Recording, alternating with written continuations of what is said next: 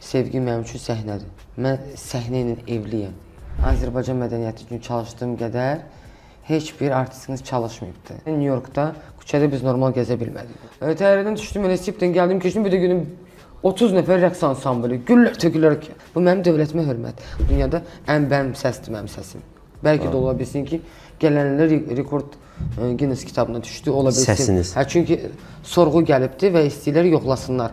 Sizin xalq artisti Emin Ağalarovla duetiniz. Olacaq duet. Bizim işimiz elə olmalıdır ki, növbətdə və Worldwide düşməlidir. Biləcərdən o yana keçə bilmirlər. Şardır, doldurulmuş starlardır. Əvvəlcə Roza qıcı idi bunlar üçün, hamısı Roza olublar, hamısı kostyuma keçiblər. Mən 4 il bundan qabaq xəstəxanada ölürdüm və heç adım da yadımda deyildi. Mən onu da elədim bir çox doğmalarımı. Hər cümlənizdə, hər çıxışınızda bilinir ki, bir inciliyi var. İnciliyin bilsə nəyə var? Mənim olduğum bu Roza zərgərini o orada tanımırmış. Tünzələ xanım, sizlə bağlı ona bir sual verilir ki... Salam Tünzələ, səndən danışırım. Mən hamınıza qarşı yaxşı olmuşam ha. Analarınızdan, bacılarınızdan yaxşı olmuşam.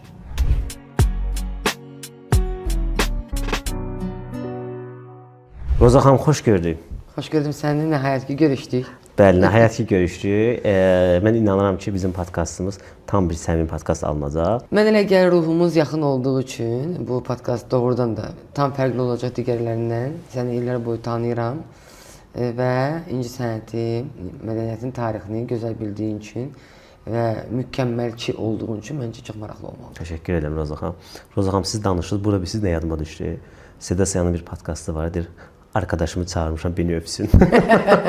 Mən də dostumu çağırmışam, mənə tərifləsin. Elə deyil, biz zaten bütün sosial mediada işləyən həm jurnalistlər, həm ifaçılar, hamı mənim dostumdur, amma özəl insanlar var və gözəl insanlar var. Sən özəl və gözəl insansan, hər zaman yazanda sən və yaxud da zəngilində direkt sənə cavabsız qoymuram, cavab verirəm.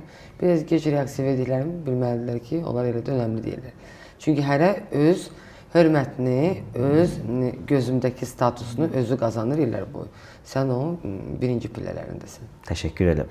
Roza xanım, elə söhbət dostluğuna düşmüşkən, tamaşaçı bunu deyərim ki, gec bildi. Amma sizin ətrafınız, yaxın dostlarınız bilir ki, siz Emin Ağalarovla uzun müddət dostluq edirsiniz. Biz görmüşük ki, bəzi adamlar dostluqlarını biruza verirlər, şəkillə, video ilə, söhbətlərində ondan bəhs edirlər. Amma sizdə bunu tam əksin gördük.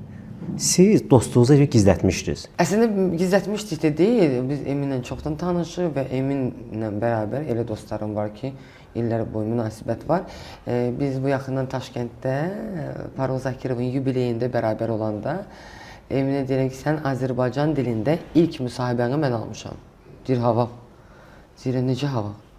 Eurovision'a Eldar'dan Nigan gedən dilsi.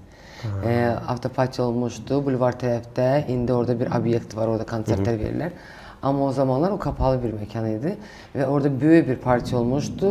Bilanla Nigarın hətta dueti orada səslənmişdi. Orada ilk dəfə Azərbaycan dilində müsahibəni Emin'dən mən alıram və mən onda TMB kanalının prodüseri idim. Aparıcımız utancaq idi deyən rəhbər kimi mikrofonu aldım əlimə. İntervyunu onu göstərdim, bu yaxından hər halda ki post qoyacaq. Və başladı gülməyə ki, biz burada necə cavanıq, necə yaxşılıq, dünyadan xəbərimiz yoxdur, deyirəm, hə, amma çox gözəllər idi. Mən ümumiyyətlə səmimi dostluqlarımı saxlayıb qoruyan insanam və dostlarından istifadə etməyən insanam, çünki mənim dostum mənim özəlimdir. Və bu tək Eminə aid deyil, bu başqa dünya tanınmışlar da var ki, Lalita da onların arasında bir çoxları var. Uçquduq, o vaxtı duetimiz də olmuşdu, Ziyad İşxozayev odur, çox adam var ki, münasibətim çox gözəldir, dostluğumuz illər boyu sürür. Amma nə onlar, nə mən bunun üzərindən reklam, PR qazanmırıq. Çünki biz bir-birimiz üçün çox önəmliyik. Baxın Roza xanım, anons gedir, anonslar verilib, deyilir, eşidirik ki, sizin xalq artisti Emin Ağalarovla duetiniz. Və bunun açılama olur, amma deyilmir. Duet olacaq, nə vaxt olacaq? Olacaq, duet var. Üzərində iş gedir, düzün doğru qalsa, 3 dənə mahnı veriblər bizə. Hələ ki, bəyəndiyimiz mahnı yoxdur. Emin müəllim də, mən də elə düşünürəm ki, bizim oxumaq naminə oxumaqçısı da 3 dənə mahnı oxuyub buraxa bilərik. Biz oxumaq naminə istəmirik. Çünki onun da statusuna, adına yaraşmır, mənim də statusuma, adıma yaraşmır. Biz ikimiz də Worldwide-da olmuş ifaçılarıq. Bizim işimiz elə olmalıdır ki, növbətdə və Worldwide-da düşməlidir. Yerli bəstəkarlara müraciət yoxsa xarici Yerli bəstəkarlara? bəstəkarlardan Elvin Yazır, bu yaxının Arazdan bir mahnı təqdim olundu, oxudum. Zəngilə ondan idi. O uyğun gəldi.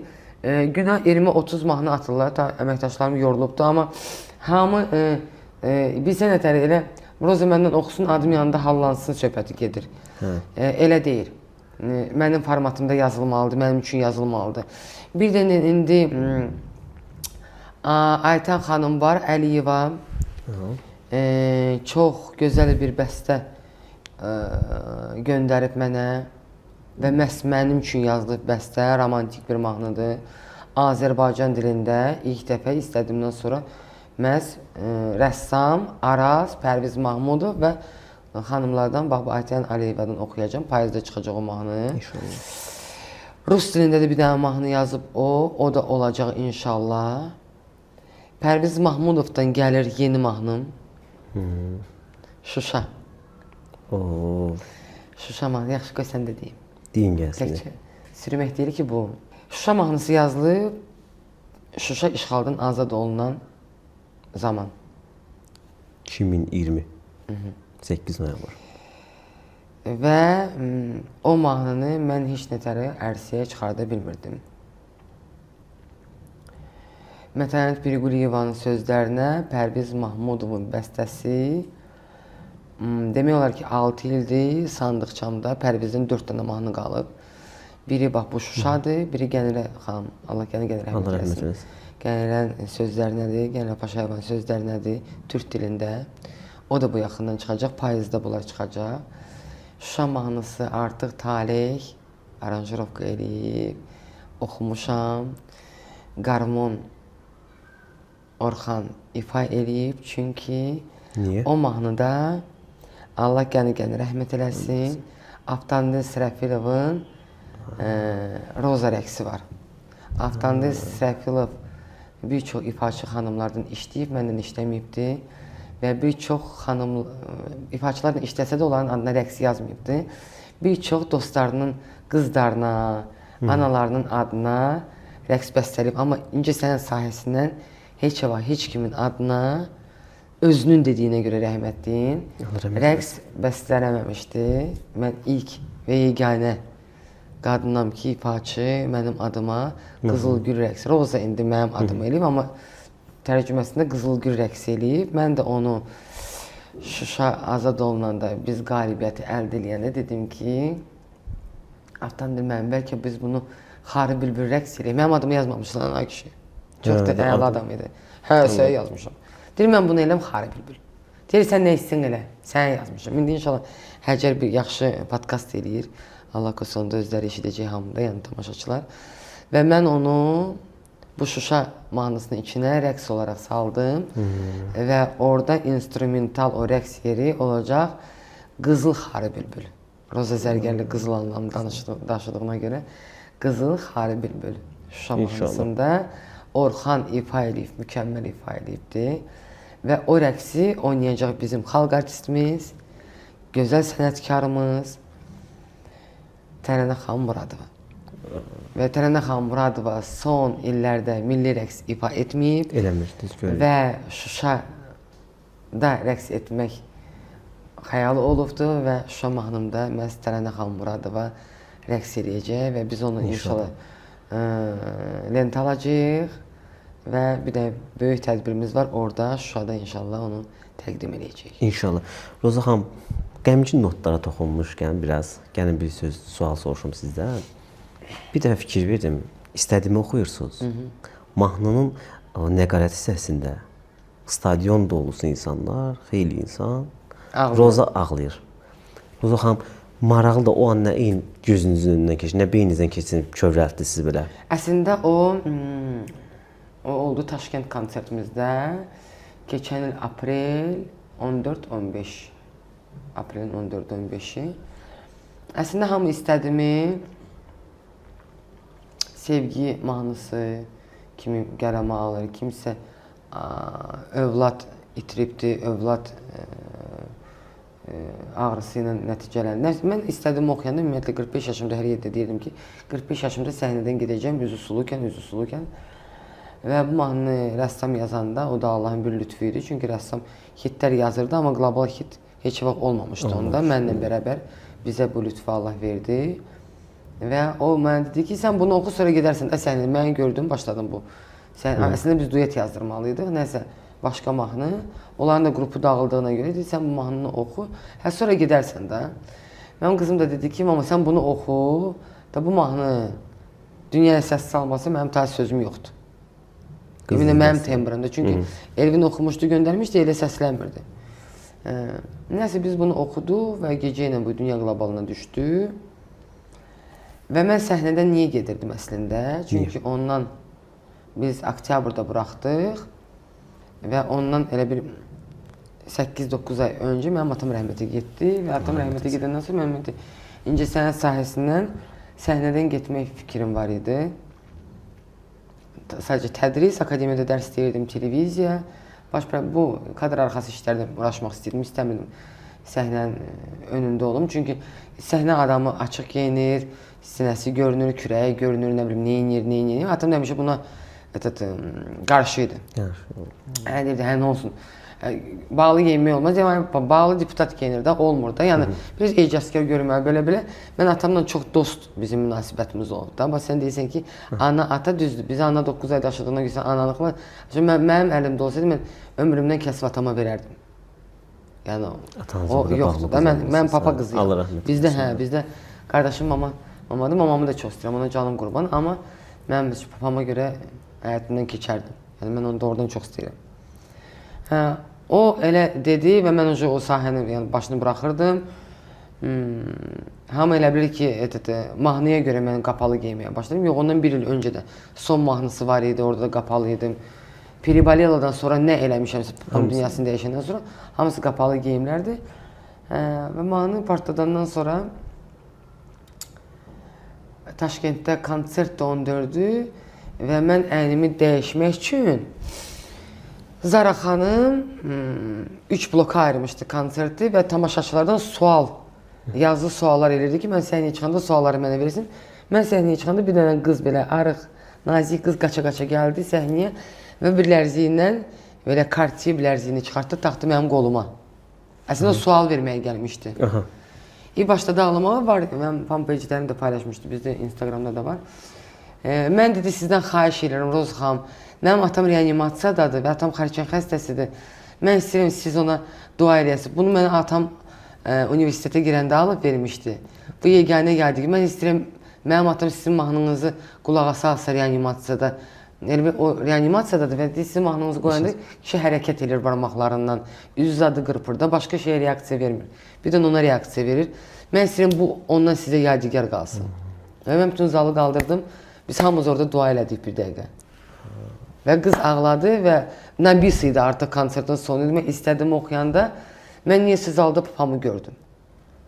Və ilk və son ağladığım konsertimdə ağladığım o şey oldu. Və mən orada körəldim ikinci nəqarətdə.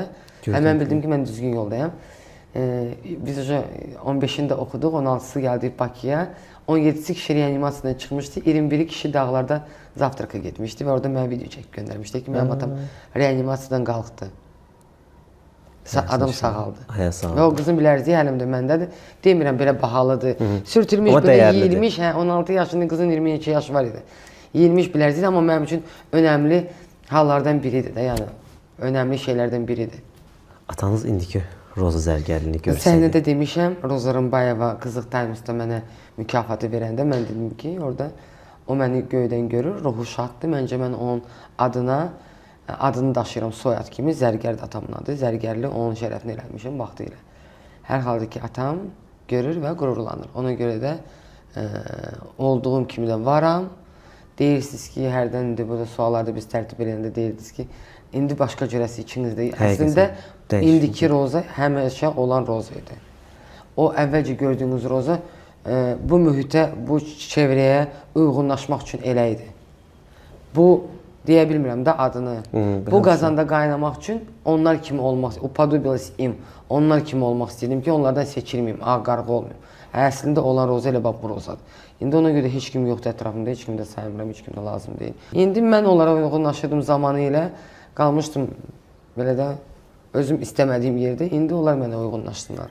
İradə İbrahimovanın bir açıqlaması var. Deyir ki, Türkiyə nə qədər çox büdcə xərcləsən də bir müddətdən sonra onlar bizi istifadə edib kənara qoyacaqlar. Görmüşük, şahid olmuşuq ki, Azərbaycanlı bir çox sənətçilər xarici estradada milyonlar xərcləyiblər, ürək açan nəticəni əldə ediblər. Amma sizə tam əksi oldu. Onlar sanki sizə elə bir pul xərcləyirlər. Onlar sizi o qədər çox sevirlər. Biraz ondan danışaq. Bax, İradə Qoç bürcüdə bilirsən də İran beyninə bir fikir gəldi sizdə, onun deyəcək olduğu kimi. Buradan da salamlayıram, sizi çox sevirəm. Gözəl sənətkarımızdır o da. Əslində dediyində həqiqətdir, biraz göbut kənardan səslənsən, amma bu həqiqətdir. Mən belə bir söz deyim də, mən ümumiyyətlə ifaçı kimi bu barədə çox xoşbəxtəm. Mən elə ilk xarici duetlərimdən biri olub Ziyoddan, Özbəkistanın əməkdar artisti, Rusiyanın əməkdar artisti, Uçquduq qrupunun solisti, T.İya mahnısı, Tigran 43 mövzusu bir dəfə prezentasiyasında elədim. Rus dilində oxumuşduq onu. Onda da məsəl üçün 110.000 evro klipə pul xərclədilər onlar. Sadəcə mən oxuyum deyə məndən duet tərəf müqavilələr oldu. Mən 1 manat da xərcləmədim. Xərclədiyim sözsüz ki, oldu. Buradakı prezentasiyanı mən elədim. Restoranı mən bağlatırdım, medianı dəvət elədim. Çox gözəl bir prezentasiya elədik Azərbaycanda. Amma bütün çəkiliş, klipin rejissoru da özüm idim. Bütün çəkiliş, bütün xərcləri onlara ödəmişdilər. Hətta Özbəkistan əsilli Hollywood operatorunu gətirmişdilər. O mənim rəhbərliyimlə işləyirdi. Çox mükəmməl dekorasiyalar qurmuşlar. Yəni bu mənim sənət tarixçəmdə ömür boyu belə olubdu. Və mən düşünürəm ki, məsəl üçün mən də sözsüz ki, istəyərdim ki, məsəl üçün belə deyim də, indi mənim ürəyimdə bir fikrim var, bir arzum var. Onu istəyirəm, amma mən bilirəm ki, o mənə təmənnası başa gəlməyəcək və bu ümumiyyətlə alınacaq bir iş deyil, onun səbəbi var. Məsələn, mən çox istəyirəm Şadə ilə duet oxuyum. Çünki tembrasiyamız uyğundur falan. Şadə indi oxumur. Karyeranı, belə deyim də, zirvədə buraxıb gedib. Şadə vaxtında Michael Jackson'dan da oxumayıbdı. Siz təklif eləmişsiniz onu? Yox, təklif eləməmişim. Arzulardan söhbət gedir də. Məsələn, mən istəyərdim ki, Şadə ilə duetim olsun. Hə, Avropa musiqisindən olan çox tanınmış 3 dənə sima təklif edib duet. İndi bizim şirkət onun müzakirəsini aparır, onun araşdırmasını aparır ki, bizə orada nə əldə olunacaq, yəni bizə nəyə lazımdır bu. Məsələn, mənim əvvəlki vaxtım olsaydı, mən direkt razılıq verib qaça-qaça gedib oxumuşdum. Amma indi mənim səlahiyyətlərim şirkətə aiddir. Şirkət özü gəlirini, götürünü, çıxarını özü götür-qoy edir və ondan sonra fikir bildirir. Məsələn, mən bilirəm ki, Şadə ilə oxumaq mümkünatsız. Bu adam karyeranı tərk edib gedib, amma mən istəyirəm. Bu başqa. O ki, qaldı xarici ifaçıların mənlə təmənnasız çalışmaqları. Belə deyim də, məsələn, biz Stas Mixaylovdan birinci mən oxudum. Murad Baykayevdan, o da Dream Fest'də var, 24'ü çıxış edir. Ondan sonra kolaborasiyamız var. Can Xalibdən hələ çıxmayıbdı. Payız aylarında çıxacaqdı. Amma Can Xalibdən Muraddan eyni vaxtda yazırdıq. Eyni vaxtda işbirliyi getdi. Sadəcə Muraddan biz buraxdı və şirkətin özünün quruculuğu var da. Yəni hansı, nə vaxtda çıxacaq, nə edəcəkdi. Sonra biz elədik Stas Mixaylovla. Stas Mixaylov özü komandası məni tapdı, təklif etdi. Halbuki mən özüm istəyirdim Stas Mixaylovdan oxumaq, amma təklif eləmirdim. O elədi və biz mahnını seçdik. 8 mahnı gətirdi. 8 mahnıdan birini seçdim. Bu oxuduğumuz mahnı mənim seçimimdir. Klipini elədik. Ondan biraz öncə Farux Zakirovdan oldu duetimiz. Özbəkistan xalq artisti əfsanə. Onunla elədik Svetlaya. Xanımlara həsr etdik, analara, bacılara həsr etdik. Və bunların hamısı Igor Krutoy'un bəstəsini oxumaq hamının xəyalı və arzusudur və bilirəm ki, Igor Yakoviç deyir ki, çox müraciət olunub, amma mən özüm istədiyim insanla işləmək istəyirəm. Mahnımız var, payız aylarının, yəni qışa doğru çıxacaq.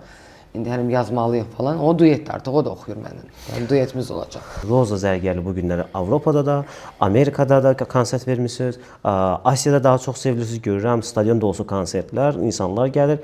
Bütün stereotipləri dağıdan, ilki yaşayan Roza Zərgərli nə hisslər keçirdir? Mən Azərbaycan mədəniyyəti üçün çalışdığım qədər heç bir artistiniz çalışmayıbdır. Amma çox tərbiyəsizsiniz. Məsəl üçün, zamanı ilə sosial mediada aləmlə istirahət etdiyim yerdə Maykada bir video paylaşmışam, Cinsdə bir video paylaşmışam. Çünki sosial mövqeyimi əvvəlcə mən ofisial istifadə eləmirdim.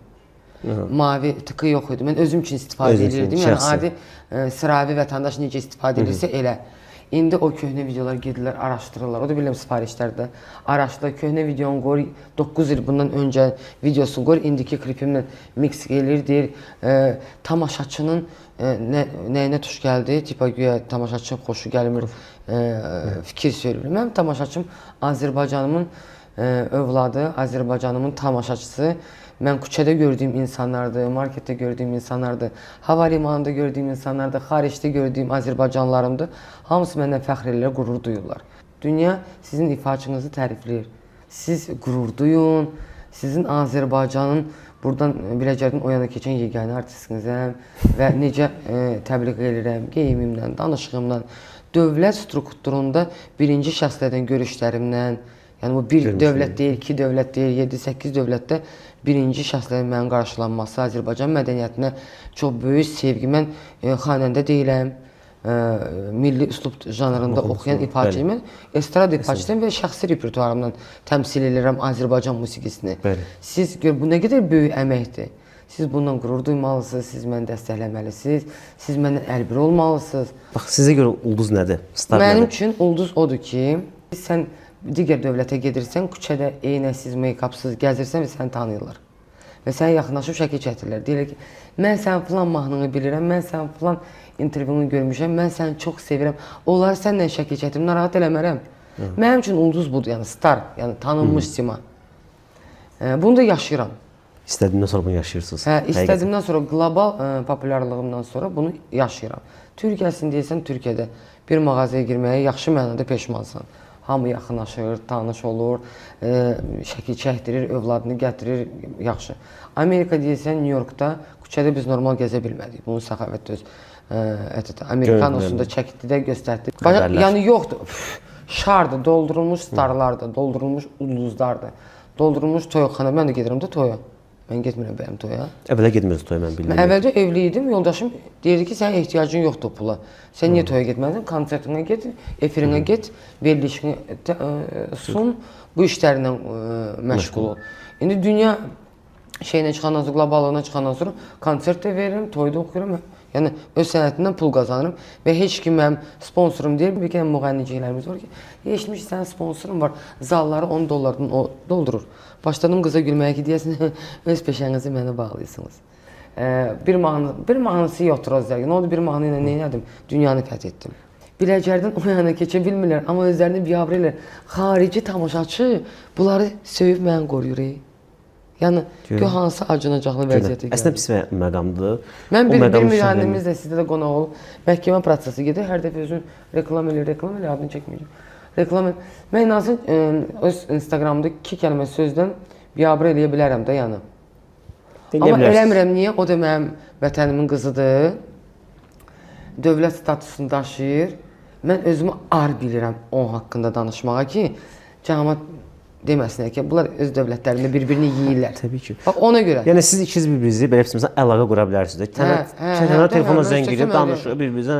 Yəni onu efirə daşımaq istəmirsiniz. Görüşmüşük, eləmişik orada, əlaqə adam deyib yoxdur. Elə orada baş verəni danışdım, biabr olar. Amma lazım deyil, yaşımız var, başımız var. Bizim 18 yaşımız yoxdur. Bu sənətdə külü vurduğumuz zaman var. Öndə gedən, məsəl üçün, yaxşı işi imza atan, görürsən, onu tərifləməlisən, halaldır. Məsələn, Türkan biraz klassik estrada ifaları, bəstəkar mahnılar elədi. Bizim Türkan Vəlizadə. Saz girdim, yazdım, əla, səndə nə gözəl səsləndirmiş. Ay qız, arada bunlardan da oxu. Mən elə dünya starıyım. Mən Türkan'a, özü Türkan'la onunla qabaq dalaşmışdım efirimizə görə yazdığı. Kanal ST başına oynaşmışdım ki, sən niyə gecikmirsən efirə? Yeri gələndə də onu yazmaya bilərdim də. Mən hardayım, Türkan hardadır, başqası olsun. Niyə? Türkan gözəl iş görür. Dəstəkləm. Məni dəstəkləyən kim oldu? Kim? Damla. Valla. İnanmırsan? İnanmıram. Damlarla bir dəfə konsertdə görüşmüşüm may ayında. Yəni siz niyə inanmadınız? Çünki şeydir adına. Yəni biz dostluğumuz yoxdur, yəni görməmişik də, yəni mən görməmişik. 2 dəfə görmüşəm real həyatda Damlanı. Bir may konsertində, Xızıda 100 il bundan qabaq, bir də bir açılışda. Bəhbəhdən, barda Nüşabə adı nədir? Nüşabə xanım ki nədir? Yox, Nüşabə Musayeva da. Hə, Musayeva. Musayeva. O, yəni indi yadıma düşməz də birdən qalanları incə. Bu günə kimi yaxşı danışan, gözəl şey eləyən, indi Pərviz Mahmudov öz yaxın dostlarımı Dostlarınız. demirəm də, kənardan yəni heç vaxt padruqalıq eləməmişik. Yəni bir yeyib, bir içməmişik, evimizə birimizin gəlməmişik. Yaxşı danışan Zülfiyar xanım Babayeva. Çox gözəl, belə də zəng elədik, danışdıq. Dedi belədir, heç kimin işin yoxdur, sən başqa yerdəsən Zürə.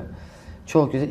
İrayda xanım İbrahimova o heç, onu deyirəm. Verilişimizə bir dəfə qonaq olacaq inşallah. Mən heç gözləməzdim ki, üzümə də olmasa, söhbət düşəndə Sənəyan Brilliant xanım Dadaşova sevinənlərdən elə birincisi odur. Halbuki Brilliant xanım birisi də hər ifaçında sənətkardır, hər işini tərifləmir. Tərifləməz də o. Mən dedilər ki, sən deyir, mən məhətə qaldım ki, Brilliant xanım dedi ki, hal-halda o əməyinin bəhrəsini görür. Yəni, salamlayıram xavarisimizi. Gözəldir. Var da insanlar ki, onlar istəyir, onlar məndə başqa siyahadadılar. Və kimlərdən gözləyirdiniz, görmədiniz? O özümkilər var, onların hamısını sildim. İndi bildim də inciyirsiniz. Və bunlar. Bax, inciyəcəm də, yəni. Təbii ki. Eurovision uşaqlar gedir, məndən çox paylaşan yoxdur, məndən çox dəstək duran yoxdur. İndi başqa, xaricdə kimsə konsert verir, tam nə bilim, indi gedir Biləcərin oyunda, Gürcüstan hansısa Poti-Moti kəndində verirlər. Orada ellər konserti paylaşıram ki, bizim öz Azərbaycanlarımız var da orada. Falan fəsman.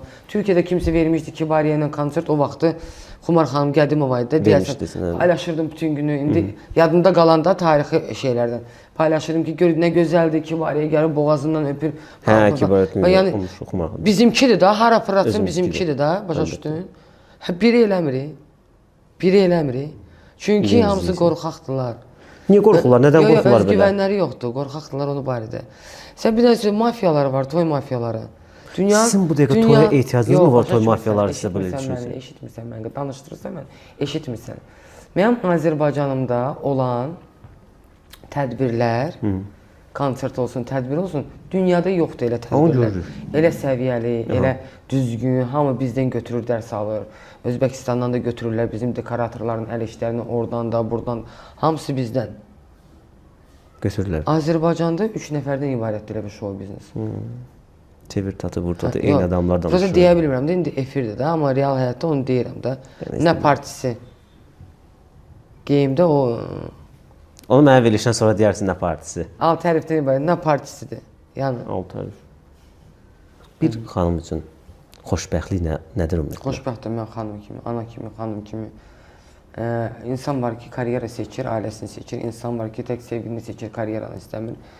Mənim üçün sevgi bu dəqiqə lazım deyil. Əlbəttə sevə də bilmirəm. Mənim sevdiyim işimdir, qızımdır, öz kollektivimdir, öz doğmalarımdır. Sevgi mənim üçün səhnədir. Mən səhnə ilə evliyəm. Sözsüz ki, hər insanın bir yarı olmalıdır. Yarı olmalı da, yarı yamalaq yox. O yarı da gələndə biləcək ki, gəldik, sağ ol, xoş gəldin, ayvalar. Yadınızda salayım bir şey. Tanrı ucaltdığını 1000 bəndə sala bilməz. 1000 bəndə qaldırdığını Tanrı istəmirsə, o bəndə oralara qalxmaz. Allahdan ürəyinizi düz tutun, vicdanlı olun və hər şey həyatda bumerangdır, qayıdıb gələcək. Mən hərdən sərt danışıram bu bumerang məsələsinə. Hal-hazırda kim nəyə yaşayırsa, o keçmişdə yaşatdıqlarıdır. Əlbəttə, həyatın bumerangı var. Yaxşı şey yaşatmısan, yaxşı şey yaşayırsan. Pis şeylər yaşatmısan, o şeylər gəlib başına düşür və... Karma vardır o zaman. Karma. Təbii ki. Amma səbəbdən siz, mən biraz numerologiya ilə çox məşğulum. 24 qalxış ili idi insanlar üçün. 25 ələnmə, pisliklərin sənə döndüyü il idi. Bu il isə ələnmə ilidir. Yanından kim gedirsə də ona yapışıb... Mən Nurani icazə verməyəcək bu dəqiqə yalan danışım. Çünki gözünün qabağında ola-ola gedir. Kim gedirsə yapışma, bırax. Ürəyin getsə də, atan olsun, anan olsun, qardaşın olsun, bacın olsun, işçin olsun. Əgər sənə qoyub gedirsə, bırax. Deməli, el lazımdır. Bu il ələnmə ilidir. Gələn isə 27 bəhrə görəcəksən. Bu 4 ilin. Biraz oxumaq, müdahilə lazımdır demək. Mən bunu biraz uğraşıram deyə eləyirəm. Deyirsiniz ki, kim getmək istəyirsə getsin də, əzizin də olsa bıraxmalı. Onda belə çıxır ki, Roza xanım, siz üçün vazgeçmək necədir? Hal-hazırda çox rahat. Bu il rahat. Gələn il bəlkə çətin ki, vazgeçəcəm. Amma bu il məni can yandırmayan, komandamda olsun, komandamda olmasın, ailəm olsun, canım olsun. Mən görürəmsə bu adam üçün mən pustoy mesto rus dilindədir, boş bir yerəm. Unut getsin. Çətin olmur biraz. Yox. Həyatda biz bir dəfə gəlirik. Mən 4 il bundan qabaq xəstəxanada ölürdüm və heç adım da yadımda deyildi. Qan qusurdum, vəziyyətim yaxşı deyildi. Mən onda elədim bir çox doğmalarımı. Mənim canım, mənim bu həyatda nəfəs almağım onlar üçün önəmli deyilsə, onlar niyə mənim üçün önəmli olmalıdır? Hansı səhvlər bağışlaması Roza xanım? Xəyanət. Sonra? Və əgər onu bilməm necə formalaşdırım, ədəbi dilim yaxşı olsa da, bir insandan umduğum sevgini görmürəmsə, o sənin yanında cicim-bicim eləyirsə, fırlanırsa və o sevgini ondan görmürəmsə, o adam mənim üçün yoxdur. Mən yanına gülə bilərəm. Amma saxlaya bilirsin yanınızda. Yox, yanımda olmayacaq. O mənim sirdaş. Mənim çox əməkdaşlarım deyir ki, çox mülayimsiniz, çox ulduzluq eləmişsiniz, çox. Deyirəm ki, elə olmaq lazımdır. Elə yaxşıdır, elə düzgündür falan fəsman. Amma onunla da bərabər çox sərtəm. Ayrıldı, sən də münasibəti saxlaya bilərəm, amma sən heç vaxt o yerinə qayıdıb gəlməyəcəksin. Ürəyimdə olan o yerimə qayıdıb gəlməyəcəksin. Sizin dostlar, sizin ətrafınızda olan insanlar həmişə bilir ki, Roza Zərgərli həmişə insanlara dəstək olub. Ətrafınızda çox az bəlkə də 1-2 adam ola bilər ki, çıxıb deyirsin ki, Roza Zərgərli mənə dəstək olmur. Heç kəs demir. Heç yoxdur. Heç yoxdur.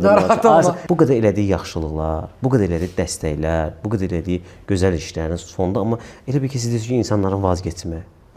Elə bil ki, incimin bu şan, şöhrət sizin daxili görünüşünüzə dəyişib. Zahiri görünüşünüz öz yerində o da dəyişib.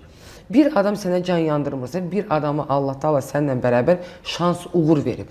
Sənlə mən bu uğuru tutmuşuq. Və görürsən ki, o adam o uğuru belə qaldıra bilmir. Niyə oldu? Burax getsin də. Bu sənin deyil. Sən elə deyilsən. Sən sonuna kimi o boğulur, o boğulur suyun içində. Tut məni. Tut məni, çıxardım səni. Yox, adam boğulmaq istəyir. Ruhu kasıb olan insanı varlı eləyə bilməyəcəksin. Alınmır, həqiqətən. Zadəganı heç o kasıb eləyə bilməyəcəksin. Cibində bir manat da olmasa o zadəgandır. Yəni bunu indi belə biraz yozacaqlar, pozacaqlar belə. Mənə rəhmətli atam deyirdi ki, kasıba güc xərcləmə. Kasıb, maddi kasıb yox. Mənim atam kasıb olub. Atası kənd sovetinin müdürü olubdu. Nə deyirlər ona? Kənd soveti olubdu. İcra nümayəndəsi sayılırdı, rəsmi. Onun vaxtında öldürüblər. Adı nədir? Qara cəmaət öldürür. Atamı yox, babamı öldürüblər. Sonra Pamgilovda çox kasıb. Yəni kasıblığın dibini. Pam mənim uşaq evində böyüyüb. İnternet məktəbdə böyüyüb, əmimlə. Heykəltaraş əmimin ikisi. Böyük əmim qalıb nənəmin yanında. Çünki traktor sürə bilirmiş, evə çörək gətirə bilirmiş. Bunlar körpə olublar, internet məktəbində böyüyüb. Amma sonra adam hərbiyə girib, general mayor yanıb, yaxşı rütbə zad qazanıb, təhsil alıb. Əmim də heykəltaraş rəssamdır. O da onun kimi. Amma bunlar internet məktəbdə böyüyüblər. Və atam onu dedi ki, ruhu kasıb olan insanı sən heç vaxt zəngin eləyə bilməyəcəksən. Həqiqətən elə olur. Zənginləşdirmək olmur. Olmur. Amma elə kasıb adam var ki, ruhu o qədər zəngindir ki. zəngindir. Zadəgandır. Adama baxsan, ağzından bal tökülür. Deyirsən, ay Allah, bu məndən çox danışsın, nə olar? Bax, bunu görəndə, məsələn, mən İqor Kurtoya görəndə oxumaq istəyirəm. Başqa heç nə istəmirəm. O qədər adam mənə vibe verir. Adamın 72 yaşı var, qoca kişidən, yəni belə baxır. Təbii. Amma oturam, ağzımı açıram, danışıram. Elə bir 18 yaşım var, danışıram. Elə bir kişi ilə flirt eləyirəm də, amma əslində flirt eləmirəm. O qədər yaradıcı enerjisi var ki. İnsan enerji götürür. Deyirəm elə oxuyum. Adam var ki, məsələn, tanınmış bəstəkardır, adını çəkməyəcəm. Kadr arxasını. O məndən işləmək istəyir, əvvəlcə ondan işləmək istəyirəm, indi işləmək istəmirəm onu. Adamın ruhu kasıbdır mənim. Bəzən şərhlərə fikir verirəm də, deyirsiniz, yazırlar ki, belədir, bu 1 saat 40 dəqiqə ancaq istədiyimlə doldururum. Amma bir dənə şərh də var ki, deyir, görmüşdüm belə, yazır ki, bu bir mahnının müğənnisidir də. Yəni bir mahnı ilə müğənni ulduz olmur falan. Bu kimi belə şərhdə görmüşəm də. Bax, bunların münasibətiniz necədir? Bir dənə söz deyim, bax, o yaxşı dilinə gətirirsən, qoy mən də bunu. Onu yazan adam IQ səviyyəsi bir mahnıdan ibarətdir. Bu sosial mediadır. Bu Instagramda görürsənsə mahnını, 1-2 Reels dala itəlirsən, görürsən başqa mahnı var. 3-4 Reels itəlirsən, görürsən bir başqa mahnı var. Bunun üçün YouTube var. Yaxşı, indi bizdə yoxdur bu Shazam falan mədəniyyəti, Spotify mədəniyyəti ki, yükləsinlər, pulla yükləsinlər. Bizdə hamı YouTube'dan qulaq asır. Yaxşı, YouTube'da bir mahnıya basanda ardıcılıq o adamın kanalında olan mahnılar çıxır da. Təbii. Nətərə olur ki, o sifarişli yazıdır. Sizin haqqınızda yazanlar var. Hə, ora atasının şəklini qoyub, anasının şəklini qoyub, bildin, hansı heyvan şəklini qoyub, girir oradan yazır. Bu da çox normaldır. Yəni, biri yazmışdım YouTube'da ki, nə bilim, nəsə belə bir göbut şey, dözmədi. Mən qoymurlar işçilə cavab yazmaq, amma çox cavab yazdınız. Hə, Dözmədim, yazdım. Yazdım ki, deyir ki, bunun səsi var. Dedim, eyni ilinə sənin beynin kimi. Çünki səndə beynin yoxdur da. Gəl bu da sənə cavab. Cavab istəyir, alsan cavab. Bunun səsi var. Yəni bu gülməlidir də.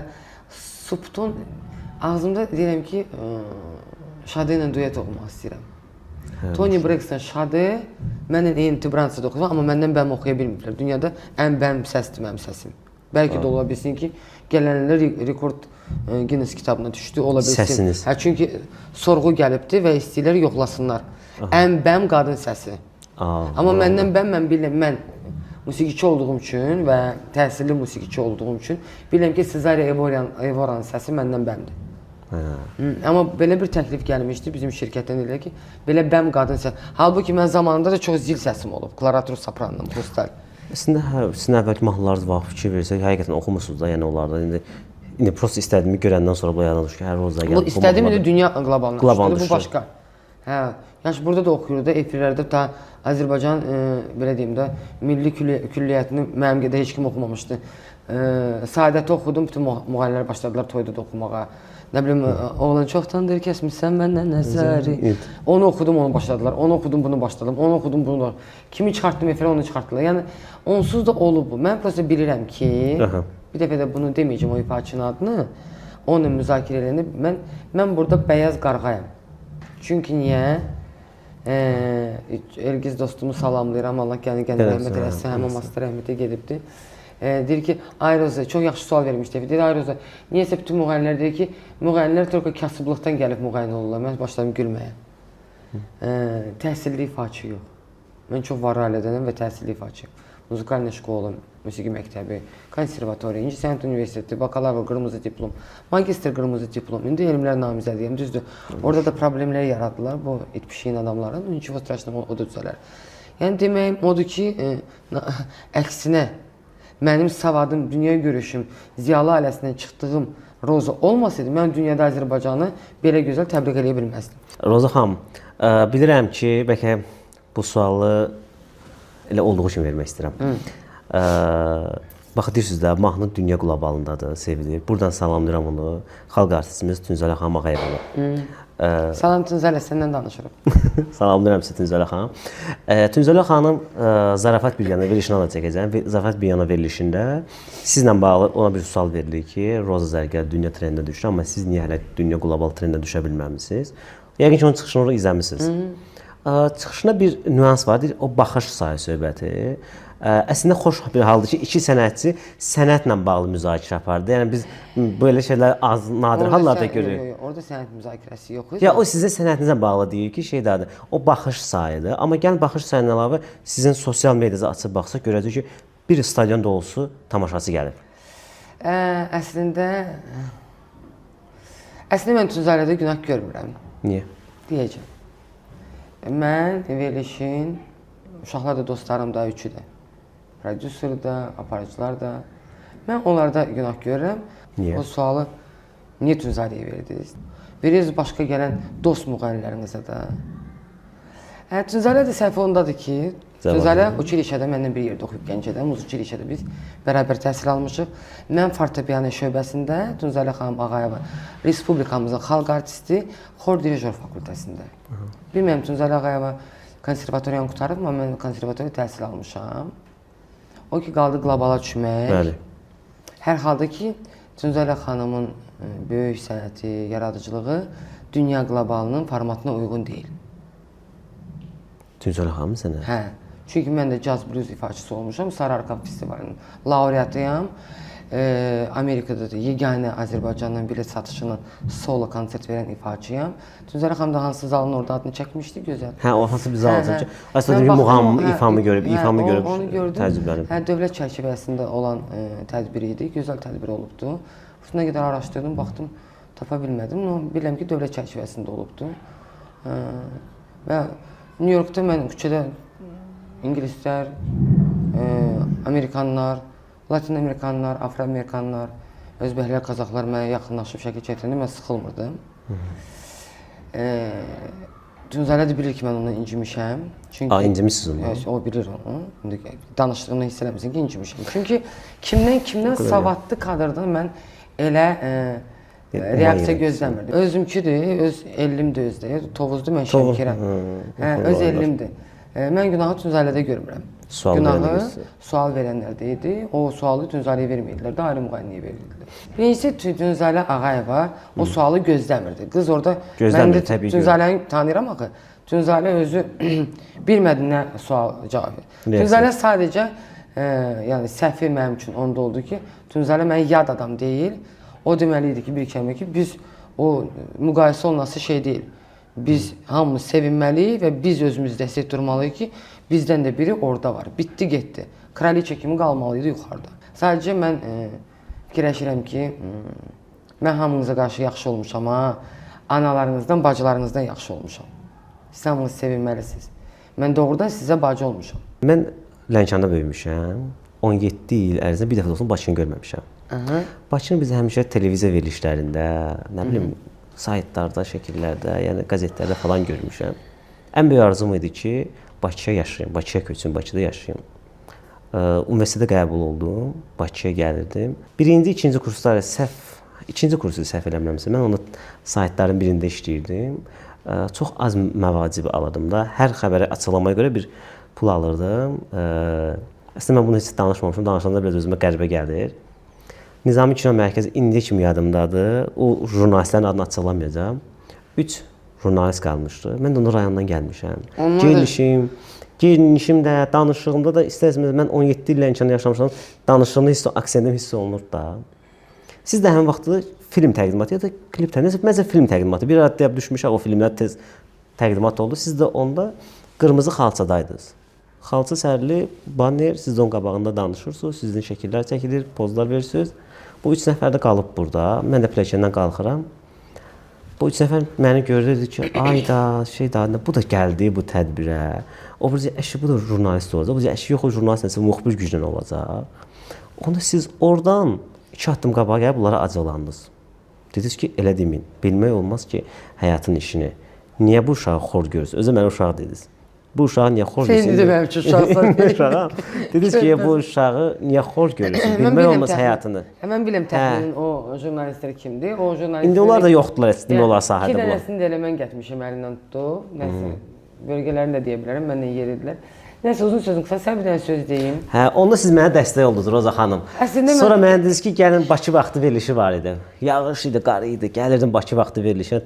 Utanmıram, gəlirdim, şəkillər çəkirdim, yazırdım verilişdən. Azdan çoxdan nə yalan demə, hörmət də eləyirdiniz. Tam səmimi mənə. Heç eləmişəm, bəlkə də eləmişəm, yalandan deyirəm. Yox, eləmisiniz. Yox, eləmisiniz həqiqətən. Əziyyətinizi davam. Düzdür. Mənə dəstək olan insanlar çox olub, onlardan da birisisiz. Mən düşünürəm ki, sizin o mahnınız qulabala düşəndə sanki özümün bir uğuru kimi sevinirdim də. Mən dəhşət bir sevindim ki, ay Allah, Roza Zəngərli mahnısı düşüb. Və bu gün mən bir yerə qədər gəlmişəm. O dediyim adamlar demək olar ki, yoxdur sahədə. İndi onlar mənə bir xəbər göndərirlər. Onların xəbəri mənim media saytımda çıxması üçün mən onlara gündən özümü yalvartdırıram. Onlar mənə yalvarırlar. Paylaş da, paylaş da, paylaş da. Sənə bir dənə söz deyim. Mən Bakıya gələndə biz eyni hadisəni yaşayışıq. Mən indi eşitdim ki, sən evdə biz eyni hadisələri yaşamışıq demək olar ki. Mən Bakıya gələndə mən tək idim və əslində mən indi Tünzalə haqqında danışdıq ha. Bəli. Əslində bəlkə də çox canından doğmam olsaydı bu dediklərimi deməzdim. Zamanında da əlbət nəsə qalıb da kapilkamda o gizlicimdə var idi. Sən bir dənə söz deyim. Bilsən indi niyə çoxsu mənə dəstəkləmirlər? Çünki bu nətər elədi bunu? Həmişə onu sorulur. Sən də heç vaxt dəstəkləməyəcəklər. Nətər oldu ki belə? Düzdür, deyirlər. Yadında saxla, bilsən niyə? Çünki gücsüz insanlar elə bilir. Yalnız güclü insan başqa insanın uğruna sevinə bilər. Heç mən o hadisə yadımda deyil. Mənim yadımdadır. Çünki elə bir hadisədir, mənim yadımda qalıb o hadisə. Bilirəm də, o adamların hamısının qolundan elə o qızdan başqa o oğlanları mən ortaya çıxartmışam adam siyasında. Sən doğrudan da çox böyük uğurlara imza atacaqsın. Bax, bu sözü mən sənə deyirəm. İçin olduğu kimi, dilin olduğu kimi, beyninin boz məhlul deyirik də, Siyaravisto. O olduğu kimi sən özün bütöv insansan, sizin yarımçıq insan deyilsən. Allah razı olsun. Özümdə bir mənəvi borc bilirdim ki, sizi öz podkastıma dəvət edeyim. Mənim özümdə də elə şey var. Vaxtı ilə mənə əl tutanların mənəvi borc bilib hər zaman qabağında uşaqlıq edirəm, baxmayaraq həm yaşıdır və yaxud da ondan yaşa böyüyəm. Var insanlarda, başa düşdün nə demək istəyirəm? Sənin için, beynin, dilin, zehnin, vicdanın bütöv olduqca sən qalxacaqsan. Çox sağ olun gələcəyə görə. görə yaxşılığından qalma. Başda. Hər zaman Allah yetirəcək. Çox sağ olun gələcəyə görə. Təşəkkür edirəm. Mən də sənə sağ ol deyirəm.